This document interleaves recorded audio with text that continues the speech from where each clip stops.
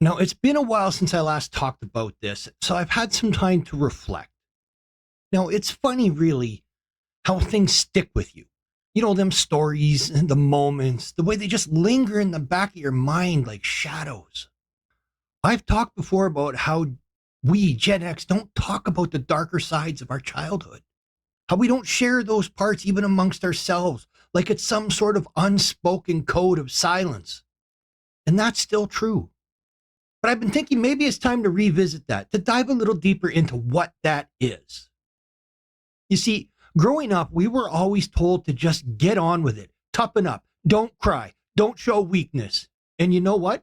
That did make us strong and resilient, sure, but it also made us silent. We learned early on that talking about what hurt us, about what scared us, was just another way of admitting defeat. So we kept quiet. We just dealt with it. But what happens to a person? What does that to an entire generation?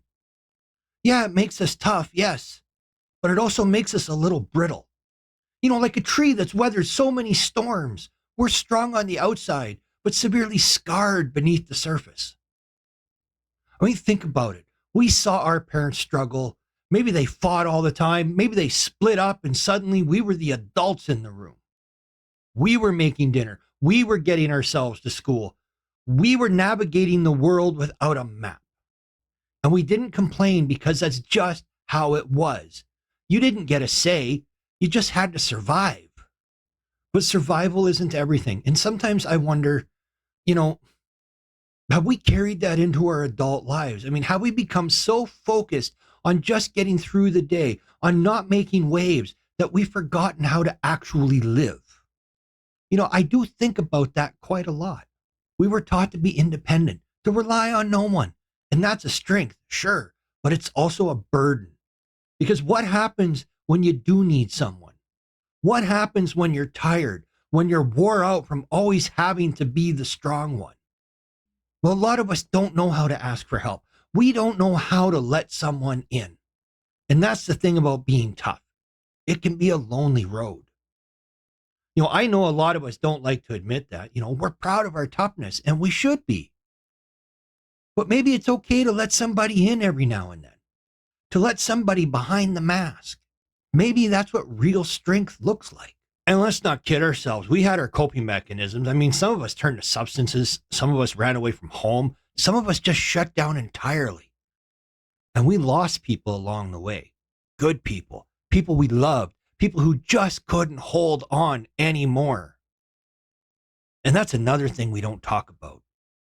The guilt, that survivor's guilt. Why did we make it and they didn't? Was it luck? Was it just that we were a little bit tougher, a little more stubborn? Now, I know I don't have all the answers, but I do know this. We have to start talking about it. Not dwell on the past, but to understand it, to learn from it. I mean, we owe it to ourselves, to each other, and to the next generations because they're watching us. They're learning from us. So yeah, I'm going to keep talking about it.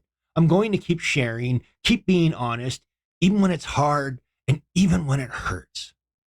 Because that's what being strong really means. Not pretending like everything's okay, but facing it head on and saying, yeah, that happened and I'm still here. So keep talking, keep sharing our stories, even the hard ones, especially the hard ones, because maybe, just maybe, that's how we heal. So until next time, take care of yourselves. And remember, it is okay to let somebody in. It's okay to not have all the answers. We're still all just figuring this out as we go along, all these years later. Peace out, everyone.